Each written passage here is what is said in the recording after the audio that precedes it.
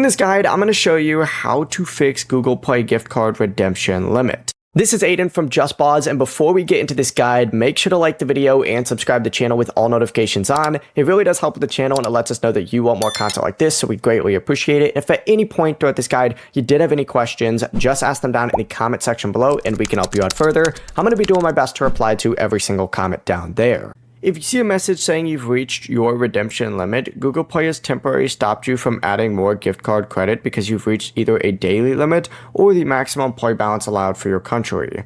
First things first, go ahead and open up Google Play Store, and you need to tap your profile picture up in the top right and then select payments and subscription. From here, you're going to see a payment methods option. Go ahead and select that. It's going to redirect you to a page that looks something like this. Go ahead and check your current Google Play balance on here, and if your balance is already high, spend some of it on an eligible Google Play purchase to bring that balance back down. After that, you have to waste about 24 hours before trying to redeem the gift card again.